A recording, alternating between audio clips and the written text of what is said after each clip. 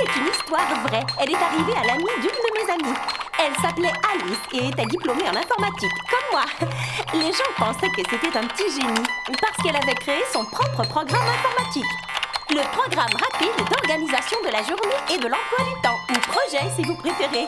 Vous voyez, Alice ne laissait jamais rien au hasard. Et projet lui permettait de bien organiser sa vie. Il n'y avait qu'une seule chose qu'Alice ne pouvait pas contrôler, les sentiments qu'elle éprouvait pour Gilles, le grand séducteur de l'université, celui que toutes les filles adoraient. Chaque fois qu'Alice voyait Gilles, elle devenait nerveuse et son estomac se serrait et se mettait à grogner. Mais un jour, Alice décida qu'avec l'aide de projet, Gilles serait enfin à elle. Premièrement, il fallait organiser une rencontre. En échange d'un service, un ami commun avait accepté d'organiser un rendez-vous mystère. Voilà. Deuxièmement, il fallait penser à la robe et au maquillage. Alice consulta l'Internet à la recherche des derniers vêtements à la mode. Grâce à l'ordinateur, elle fit des essais de coupe de cheveux, de maquillage, de vêtements et d'accessoires. Parfait.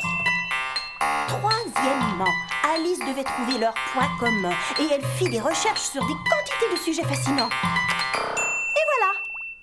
Le jour du rendez-vous surprise arriva enfin.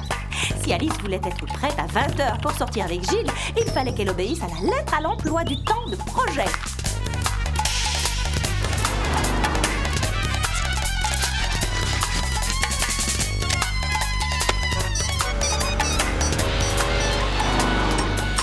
Mais à 16h46, Alice réalisa qu'elle mourrait de faim. Elle consulta son emploi du temps, mais projet n'avait pas prévu de repas. Si elle ne mangeait pas, elle allait sûrement s'évanouir. Alice se précipita dans la cuisine. Elle regarda dans les placards, la huche à pain et la boîte à gâteaux. Mais pas une miette. Le réfrigérateur était son dernier espoir. De la moutarde? Non. Du lait caillé? Un reste de chili dans un bol? Il fallait bien s'en contenter. Alice l'avala d'un seul coup et remonta dans sa chambre pour se préparer. Et à 7h59 exactement, Alice se tenait devant le miroir. Fin prête! En suivant les plans de projet, Alice s'était transformée en une créature de rêve. C'est alors que son estomac se mit à grogner. Mais Alice savait que c'était juste une réaction nerveuse provoquée par la venue de Gilles. Ding dong! Il était enfin là! Alice ouvrit la porte et vit tout de suite que Gilles était très impressionné par sa beauté. Tout aurait été parfait si son estomac avait bien voulu la laisser tranquille. Soudain, elle comprit, ce n'étaient pas les mêmes grognements nerveux qu'elle ressentait en présence de Gilles. C'était le chili qu'elle avait mangé qui lui donnait des gaz. Oh non, pas ce soir! Gilles parlait de tout et de rien, mais Alice ne pensait qu'au gaz qui s'accumulait dans son estomac. Une fois encore, son esprit génial avait trouvé une solution pour résoudre ce problème. Gilles ouvrit la porte de la voiture à Alice et elle s'installa dans le fauteuil. Il ferma la porte et fit tranquillement le tour de la voiture. Elle baissa rapidement la vitre, se laissa aller et chassa l'odeur nauséabonde dans l'air frais de la nuit. Mission accomplie. Gilles se mit au volant, il lui sourit et lui dit « Alice, je te présente Ronald et Diane. » Alice se retourna et découvrit deux figures enraciées en train de suffoquer à l'arrière de la voiture. Hey, c'est une histoire vraie. Elle est arrivée à l'amie d'une de mes amies. Alice n'est jamais ressortie avec Gilles. Mais je sais où vous pouvez trouver un ordinateur d'occasion vraiment pas cher. Ceci est une histoire vraie. Elle est arrivée à l'amie d'un de mes amis. Scotty avait 14 ans. Il était sympa et avait de bonnes notes à l'école, mais il était très timide avec les filles.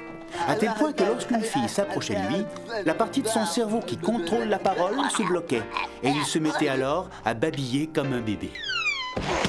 En plus, il venait juste d'arriver dans notre école où il ne connaissait encore personne. Il y avait une fille qui plaisait beaucoup à Scotty. Elle s'appelait Sarah.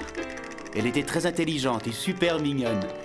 Ils suivaient quelques cours ensemble et tous les matins en allant à l'école, Sarah traversait la rue des Moineaux au même passage piéton que lui. Elle souriait à Scotty et lui disait bonjour. Mais les seuls sons que Scotty arrivait à articuler, c'était des gaga-gaga. Chaque matin, avant de quitter la maison, il répétait ce qu'il voulait lui dire devant le miroir de la salle de bain.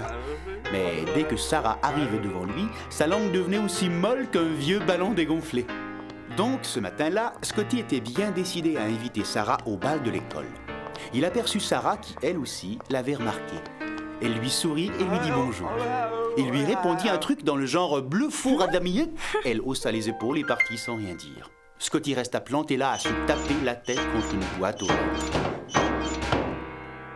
Et puis soudain, sortie de nulle part, apparut une fille vraiment belle, qui devait avoir le même âge que Sarah. Elle s'approcha et lui dit « Salut, je m'appelle Jennifer ». Scotty était tellement surpris que sa langue se délia et il réussit à prononcer sans se tromper « Salut, moi c'est Scotty ». Elle lui dit « J'ai remarqué que tu te tapais la tête contre cette boîte aux lettres. Tu as un problème ?» Scotty lui répondit « Non, pas vraiment ». Et ils marchèrent en discutant de tout et de rien. Ils parlèrent du beau temps et de la dernière chanson de leur groupe préféré. Scotty commençait à se sentir très détendu. Et il se mit à lui parler comme si elle était un de ses copains de basketball. C'était comme si tout à coup, il venait de réaliser que les filles n'étaient pas des monstres. Ils ne virent pas le temps passer et ils arrivèrent bientôt devant l'école. Jennifer était heureuse de lui avoir parlé, mais elle lui dit qu'elle n'allait plus à cette école. Il se dit qu'il n'avait vraiment pas de chance. Mais soudain, elle se pencha et l'embrassa sur la joue avant de s'en aller. Après cela, Scotty n'était plus le même. Il était transformé. Il se dirigea vers l'entrée de l'école en disant « Salut » à une fille et « Ça va » à une autre. Il se sentait vraiment sûr de lui. Il s'approcha alors de Sarah et il n'en crut pas ses oreilles. De vrais mots sortirent de sa bouche. Ils bavardèrent et lui demanda de l'accompagner. À sa plus grande surprise, elle répondit « Oui ». Scotty était très reconnaissant envers Jennifer d'avoir changé sa vie. Il voulait la remercier. Il trouva son adresse dans l'annuaire et après l'école, il prit tout l'argent qu'il avait sur lui et lui acheta un joli bouquet de fleurs. Il espérait de tout son cœur qu'elle n'ait pas déménagé. Il trouva enfin la maison, qui n'était pas très différente des autres maisons du quartier. Il appuya sur la sonnette. Une femme à la figure étrange et pour tout dire un peu effrayante ouvrit la porte. Il lui dit « Bonjour, est-ce que Jennifer est rentrée de l'école ?» Elle eut un drôle de sourire, comme si Scotty venait de lui raconter une blague qu'elle connaissait déjà. Et elle dit « C'est encore une de ces farces, n'est-ce pas ?»« Une farce ?» Scotty ne comprenait pas ce qu'elle voulait dire. Alors elle lui expliqua « Jennifer aime aider les gens. » Et Scotty lui dit « C'est vrai qu'elle m'a aidé. » Et cette dame lui raconta alors que Jennifer revenait tous les ans à la même date pour aider quelqu'un. Scotty réfléchit un instant et lui dit « Mais d'où revient-elle ?» La dame répondit « Jennifer est morte il y a 10 ans jour pour jour. Elle continuera sans doute à revenir tant qu'on aura besoin d'elle. » Ceci est une histoire vraie. Elle est arrivée à l'ami d'un de mes amis. Quant à Scotty, il a déménagé, mais à chaque fois qu'il revient en ville, il retourne dans la rue des Moineaux. Aucune trace de Jennifer. Elle doit aider quelqu'un d'autre. Ceci est une histoire vraie. Elle est arrivée à l'ami d'un de mes amis. En fait, ce n'était pas vraiment un ami, plutôt un élève de mon cours de gymnastique. Un petit surdoué, pleurnichard, qui s'appelait Daniel. Daniel n'était pas comme les autres. Il avait toujours quelques stylos dans la poche de son maillot de sport. Et si vous aviez vu ses lunettes, je parie que les télescopes de la NASA n'ont pas de lentilles aussi épaisses. Comme je le disais, Daniel ne ressemblait pas aux autres garçons de sa classe. Il n'était sûrement pas comme Paul et Tony, les deux costauds de mon équipe de hockey, de football et de tous les autres sports dont j'étais l'entraîneur. Un jour, au déjeuner, deux de mes joueurs de football ont voulu voir si Daniel pouvait manger un gâteau par l'oreille. Imaginez ma surprise lorsque j'ai vu Paul et Tony venir à son secours avant même que le gâteau touche les cheveux de Daniel. Et ce qui est encore plus étonnant, c'est qu'ils se sont assis et qu'ils ont déjeuné avec Daniel. Et puis Paul a demandé à Daniel s'il allait au grand bal de l'Halloween. Non, a répondu Daniel. Puis Tony lui a dit que sa cousine de Québec venait à la fin de la semaine et qu'elle aimerait bien aller à ce bal. Alors Paul et Tony se sont regardés, et puis ils ont regardé Daniel, qui était en train de déguster son sandwich. Et Tony a dit à Daniel, « C'est toi l'heureux élu. Elle t'attendra devant la salle de bal à 8 heures. » Et ils lui ont donné une tape dans le dos. Et j'ai passé une demi-heure à nettoyer les murs de la cafétéria. Plus tard, j'ai entendu Paul demander à Tony si sa cousine était aussi laide que lors de sa dernière visite. Un appareil, des lunettes, des boutons. Tony a réfléchi une seconde avant de répondre, « C'est l'Halloween, c'est pas grave. » Daniel n'avait jamais eu aussi peur de sa vie. C'était son premier rendez-vous. Comment allait-il s'habiller? Il avait 15 costumes et il les avait tous essayés, mais aucun ne lui plaisait. Pour finir, il décida de se déguiser en Marty le Martien de la série télévisée La Base Spatiale de Mars. Et vous savez la meilleure? Avec ce masque vert, ses grandes oreilles et ce nez, eh bien, Daniel faisait un super martien. Alors il se rendit au bal. Il avait tellement peur qu'on entendait ses dents claquer. Paul était déguisé en joueur de football. Et Tony, quel petit blagueur, il était déguisé en moi. Mais Julie avait un costume génial. Elle était déguisée en dromédienne de la série La Base Spatiale de Mars. Et son masque était effrayant de beauté. Quand Daniel vit que sa cavalière était une créature de la base spatiale de Mars, je vous jure que j'aperçus un peu de couleur revenir sur ses joues vertes. Ensuite, Daniel et Julie se sont mis à danser comme des fous. Julie était géniale, c'était la fille la plus gentille qu'il ait rencontrée. Ils gagnèrent même le prix du couple le mieux déguisé, un mariage sur fond de paradis spatial. Malheureusement, la fin du bal arriva. Daniel proposa à Julie de la raccompagner, et elle accepta. Et alors qu'il marchait dans la rue, Daniel trouva le courage de prendre Julie par la main. Et c'est comme ça qu'ils arrivèrent devant l'entrée de la maison de Tony, où Julie logeait. Ils voulèrent embrasser Julie avant de s'en aller. D'ailleurs, elle commençait à s'approcher de plus en plus de lui. Alors, Daniel avança tout doucement vers elle, et puis, attends! Il s'arrêta. S'il embrassait une fille pour la première fois, il ne voulait pas embrasser un masque. Il voulait un vrai baiser. Alors il voulut enlever le masque de Julie, mais elle s'écarta. Il essaya encore de lui retirer, alors Julie lui dit que s'il fermait les yeux, elle lui donnerait un baiser. Ouais, le voilà avec le masque de dromédien dans les mains, les yeux fermés et les lèvres tendues et prêtes à recevoir le baiser. Et smack! Elle lui donna un gros baiser. Puis il ouvrit les yeux et devinez sa surprise. Julie ressemblait trait pour trait à Daniel. Les oreilles décollées, le nez tordu, les lunettes, etc. Et ils étaient vraiment faits l'un pour l'autre. Et je vous assure que c'est une histoire vraie. C'est arrivé à l'ami d'un de mes amis.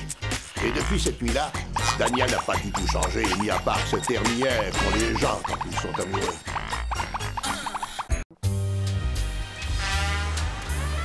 Ceci est une histoire vraie. C'est arrivé à l'ami d'un de mes amis. Joe était un représentant. Il se déplaçait dans presque tout le secteur Oméga. Il allait de porte en porte pour vendre ce qu'il appelait de la marchandise de qualité. Des bricoles pas chères, des comptes-minutes et des thermomètres. Les affaires marchaient bien. Joe était très élégant et il aimait les femmes. Et les femmes le lui rendaient bien.